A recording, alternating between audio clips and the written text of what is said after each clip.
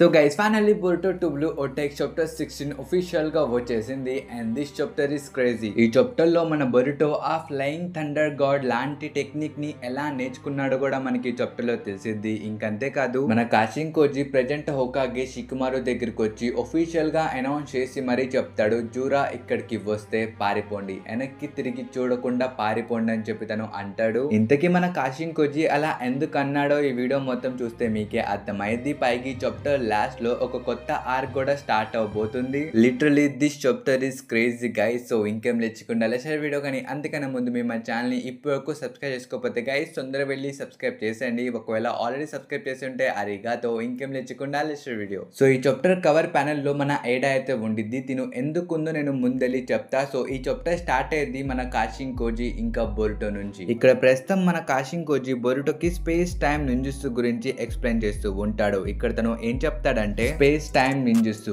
ఇది ఉపయోగించి నువ్వైనా లేకపోతే ఇంకెవరైనా ఈజీగా ఒక ప్లేస్ నుంచి ఇంకో ప్లేస్ లోకి టెలిపోర్ట్ అవ్వచ్చు, just like flying. It is basic ability of every Otsutsuki. ప్రతి ఓసుత్సుకి దగ్గర ఈ ఎబిలిటీ ఉండిద్ది. దాని అర్థం ఇది నీ దగ్గర కూడా ఉంది. పైగా పాస్ట్ లో కూడా నువ్వు ఈ ఎబిలిటీని చాలా సార్లు ఉపయోగించావు, కానీ that was a bust, it was a accident. ప్రతిసారి నువ్వు యొక్క క్రిటికల్ సిచ్యువేషన్ లో ఏదో యాక్సిడెంట్లీ ఈ పవర్ ని యాక్సెస్ చేసావు, కానీ మనస్ఫూర్తిగా ఎప్పుడు యాక్సెస్ చేయలేదు. బట్ నేను చూసిన ఫ్యూచర్ లో 6 years తర్వాత నువ్వు ఈ ఎబిలిటీని మాస్టర్ చేసేసావు by applying metal objects with your chakra. అంటే నీ యొక్క వెపన్స్ కి నీ చక్ర ఇచ్చి వాటిని సెన్స్ చేసి నువ్వు టెలిపోర్టేషన్ చేయడం నేర్చుకున్నావు. పైగా దానికి ఒక పేరు కూడా పెట్టావు. ఆ పేరే ఫ్లయింగ్ రైజింగ్ జుత్సు అని చెప్పి తను అంటాడు. ఆ పేరు విని మన బోరుటో షాక్ అయిపోతాడు. ఎందుకంటే ఆ ఫ్లయింగ్ రైజింగ్ అనేది 4th హోకాగే మినాటో నామికాజే యొక్క టెక్నిక్, అంటే బోరుటో యొక్క గ్రాండ్ ఫాదర్ యొక్క టెక్నిక్. అలాంటిది తను ఎలా నేర్చుకున్నాడు అని చెప్పి తను షాక్ అయిపోయాడు.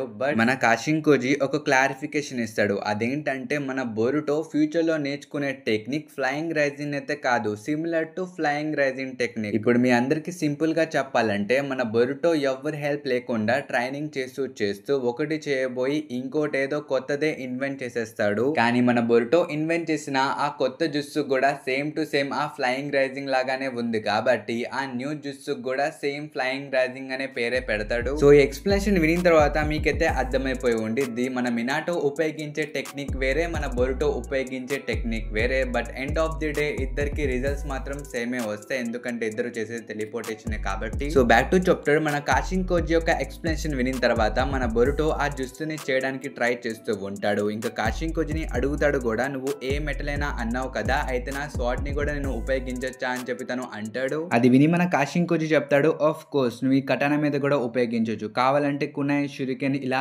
ఏ మెటల్ అయినా వాడచ్చు, బట్ అది నీ రేంజ్ లో ఉండాలి, అప్పుడే ఈ టెలిపోర్టేషన్ పర్ఫెక్ట్ గా జరిగిద్ది అని చెప్పి తను అంటాడు. ఆ మాట వినిన తర్వాత మన బోరుటోకి సరిగ్గా అర్థం కాదు. తను చెప్తాడు, ఏంటి నా వ్యూ రేంజ్ లో ఉండాలా, అయితే నేను లాంగ్ డిస్టెన్స్ ట్రావెల్ చేయలేనా అని చెప్పి తను అడుగుతాడు. అప్పుడు మన కాషిన్ కోజీ చెప్తాడు, లాంగ్ డిస్టెన్స్ నువ్వు ట్రావెల్ చేయగలవు, కానీ ఒక్కసారి ఆలోచించు, నువ్వు 2 షురికెన్స్ ఒకటి నార్త్ ఇంకోటి సౌత్ మీద ఇసిరేసావు. ఆ 2 షురికెన్స్ యొక్క చక్ర నువ్వు సెన్స్ చేయగలవు, కానీ ఏ షురికెన్ నార్త్ లో ఉంది ఏ షురికెన్ సౌత్ లో ఉంది అది నువ్వు చెప్పలేవు, ఎందుకంటే ఆ 2 నీకు సేమ్ గానే కనిపిస్తాయి. ఒకవేళ నువ్వు నార్త్ కి వెళ్ళాలని చెప్పి సౌత్ నున్న కునాని సెన్స్ చేసి అటువైపుకి వెళ్ళిపోతే టెలిపోర్టేషన్ రాంగ్ అయిపోయింది. కానీ ఇప్పుడు నువ్వు దీని గురించి ఆలోచించి బాధపడాల్సిన అవసరం లేదు, ఎందుకంటే ఆల్రెడీ ఫ్యూచర్ నువ్వు ఈ ప్రాబ్లం యొక్క సొల్యూషన్ ని వెతికేసావు, అదే షేప్. ఇప్పుడు దీన్ని సింపుల్ గా చెప్పాలంటే, ఇప్పుడు నువ్వు 2 కునైస్ మాత్రమే ఉపయోగిస్తే ఆ 2 కునైస్ లో ఏ కునై ఏదో నువ్వు చెప్పలేవు, కానీ నువ్వు డిఫరెంట్ మెటల్ ఆబ్జెక్ట్స్ ని తీసుకుంటే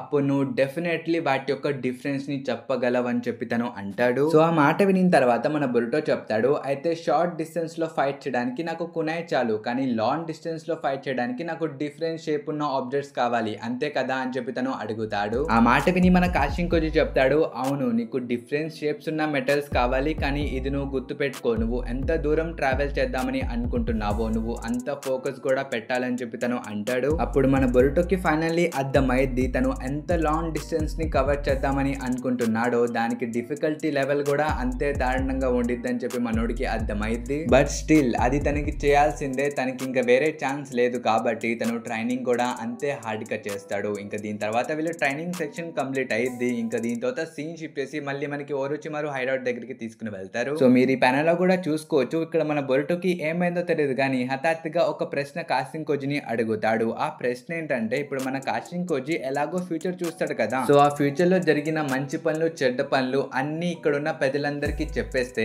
అప్పుడు ప్రతిదీ సాల్వ్ అయిపోయేది. వాళ్ళందరికీ ఆ తప్పులు తెలిసిపోతాయి కాబట్టి ఇంకెప్పుడు చేయరు, సో ప్రాబ్లమ్స్ అల్లి సాల్వ్ అయిపోతాయి కదా అని చెప్పి మనోడు అంటాడు. కానీ ఆ మాట వినిన తర్వాత మన కాస్టింగ్ కోచ్ రిప్లై ఇస్తూ చెప్తాడు, నీకు వచ్చిన థాట్ ట్రూలీ ఐరానిక్, బట్ ఇలా చేయడం మంచిది కాదు. ఎందుకంటే ప్రతి ఒక్కరికి వాళ్ళ ఫ్యూచర్ తెలిసిపోతే ఇంకా ప్రతి ఒక్కరు ఈ లైఫ్ అనే గేమ్ ని చాలా సేఫ్ గా ఆడతారు. అప్పుడు మనకే ఫ్యూచర్ ప్రిడిక్ట్ చేయడం చాలా కష్టమైపోయింది. ఇంకంతే కాదు, మనం ఇలా చెప్పేస్తే గనక అప్పుడు ప్రతి ఒక్కరికి వాళ్ళ ఫ్యూచర్ తెలిసిపోయింది, ఎప్పుడు చనిపోతారు కూడా తెలిసిపోయింది. అప్పుడు వాళ్ళు చనిపోకుండా వేరే డెసిషన్స్ తీసుకుంటారు, అప్పుడు ఈ డెస్టినీ కూడా డిస్టర్బ్ అయ్యిద్ది, అప్పుడు ప్రపంచం గ్యారంటీ పోయిద్ది. బట్ ఈ బ్యాలెన్స్ ని మెయింటైన్ చేయడానికి నేనున్నాను. I am singularity. నాకు ఫ్యూచర్ లో ఏం జరుగుతుందో ముందే తెలుసు, సో నేను షాడోస్ లో ఉండి మొత్తం సరిగ్గా జరుగుతున్నట్టు చూసుకోవాలి. ఇది మన డ్యూటీ అని చెప్పి తను అంటాడు. ఇక్కడ మనం మాట విని మన బొరుటో చెప్తాడు, ఏంటి నేను సింగులారిటీ అని చెప్పి తను అడుగుతాడు. అప్పుడు మన కాస్టింగ్ కోచ్ కూడా చెప్తాడు, నేను చెప్పిన ఫ్యూచర్ మొత్తం నువ్వు విన్నావు కాబట్టి నువ్వు కూడా ఒక సింగులారిటీయే, పైగా సూనర్ ఆర్ లేటర్ ఇది మొత్తం నువ్వు కూడా వింటావు కాబట్టి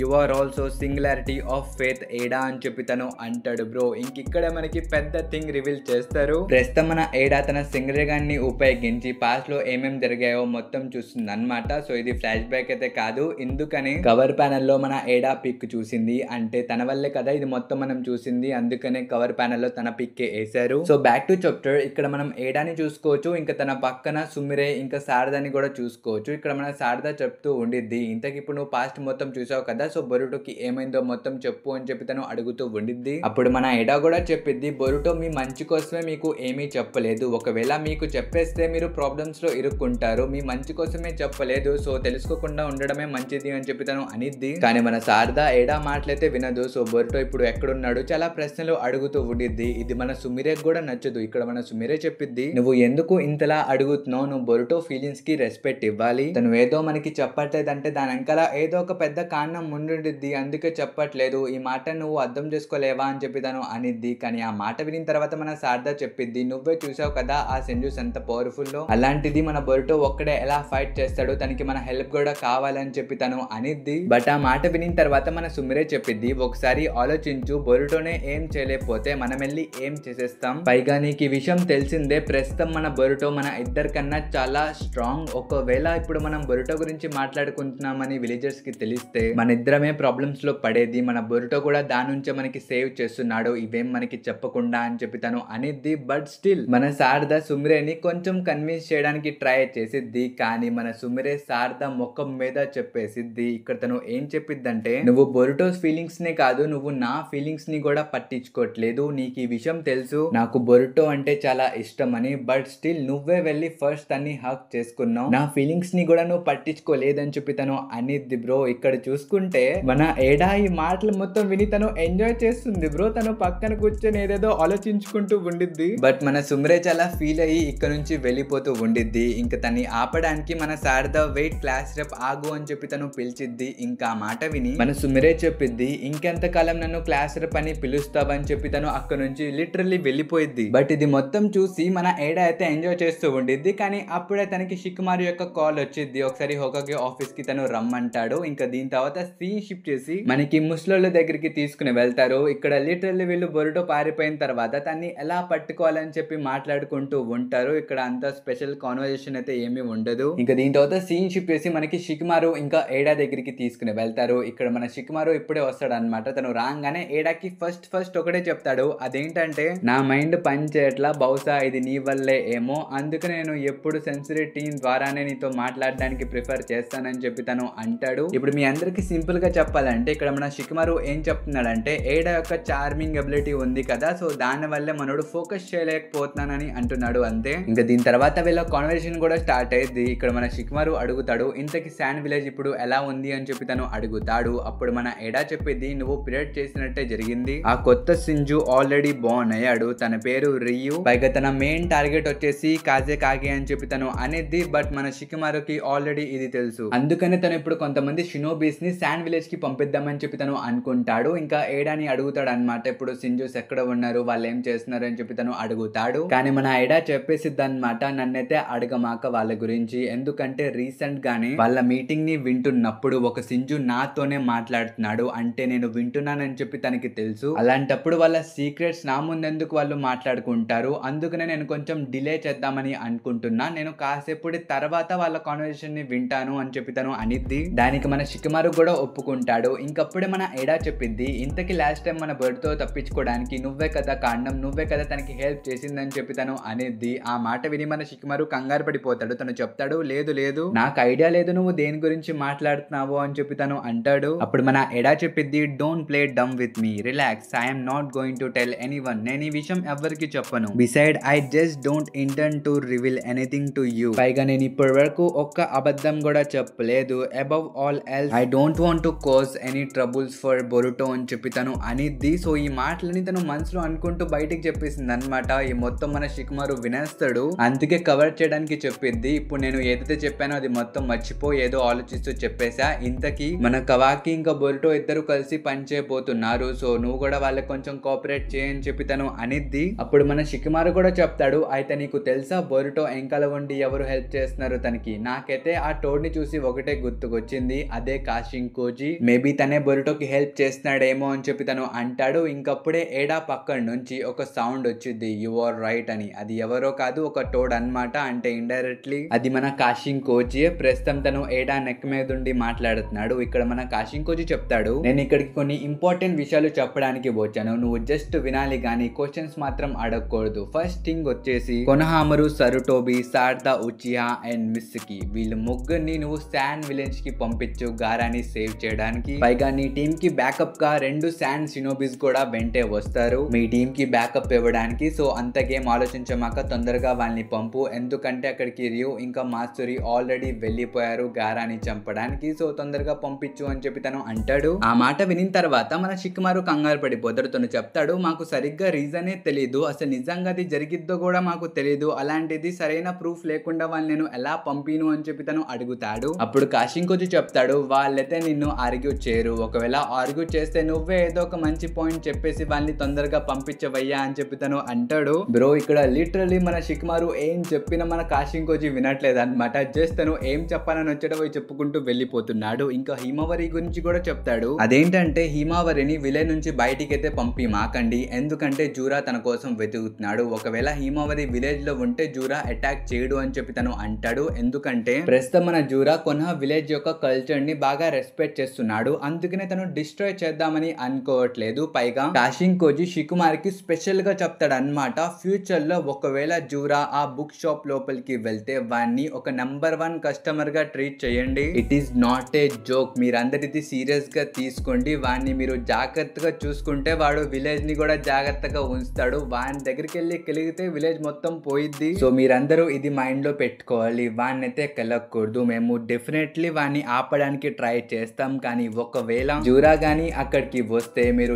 జస్ట్ హ్యావ్ టు రిట్రీట్, మీరు పారిపోవాలి, వెనక్కి తిరిగి చూడకుండా పారిపోవాలి అని చెప్పి తను అంటాడు. ఈ మాట విని మన షికిమారు ఇంకా ఏడా కూడా షాక్ అయిపోతారు. వాళ్ళిద్దరు సైలెంట్ గా వింటూ ఉంటారు. ఇంకా మన కాషింకోజీ చెప్తాడు, అంతే నేను అంతే చెప్పాలనుకుంటున్నా, సో గుడ్ లక్ అని చెప్పి అక్కడి నుంచి వెళ్ళిపోతూ ఉంటాడు. బట్ మన షికిమారు తన్ని ఆపడానికి ట్రై చేస్తాడు. ఇంకప్పుడు మన కాషింకోజీ కాసేపు ఆగి చెప్తాడు, థ్యాంక్ యూ, నీ వల్లే బొరుటో విలేజ్ నుంచి తప్పించుకున్నాడు, నిజంగా ఏ ప్రూఫ్ లేకుండా నువ్వు బొరుటో మాట విని నీ మనసు మాట విని తనకి హెల్ప్ చేసావు తప్పించుకోవడానికి, I'm really grateful to you. అలాని ఇప్పుడు నన్ను ఫాలో చేయని చెప్పి నేను అన్ను, నువ్వు జస్ట్ నీ మనసు మాటే విను, ఇంకెవరి మాట వినమాక అని చెప్పి తను అక్కడి నుంచి వెళ్ళిపోతాడు. ఇక్కడ మన షికుమారు కూడా ఇంకేం చేయలేక స్మోక్ చేస్తూ ఉంటాడు. దీని తర్వాత మనకి సుంబిరేని చూపిస్తారు, తను కూడా చాలా సాడ్ గా ఉండిద్ది. కానీ దీని తర్వాత సీన్ షిఫ్ట్ చేసి మనకి శాండ్ విలేజ్ వైపుకి తీసుకుని వెళ్తారు. ఇక్కడైతే ఆల్రెడీ మన స్క్వాడ్ దిగిపోయింది. ఇంకా కాషింకోజీ చెప్పినట్టే శాండ్ విలేజ్ నుంచి కూడా 2 షినోబీస్ వచ్చేసారు వీళ్ళని బ్యాకప్ చేయడానికి. ఇంతకీ 2 షినోబీస్ ఎవరో మీరు కామెంట్ సెక్షన్ లో చెప్పండి, నేను పేరు చెప్పను. బై ద వే ఇక్కడ షినోబీస్ అందరూ కలిసి మన షికిమారు చెప్పిన కోఆర్డినేట్స్ లోనే సర్చ్ చేస్తున్నారు అనమాట, సింజూస్ ఎక్కడ ఉన్నారా అని చెప్పి. ఇంక ఇక్కడే ఈ అమ్మాయి చెప్పింది శారదాకి, నీ ఆరా బాగా చేంజ్ అయింది, నీకెవరైనా నచ్చారా అని చెప్పి తను అడిగిద్ది. అప్పుడు మన శారదా కూడా కంగారు పడుతూ అలా ఏం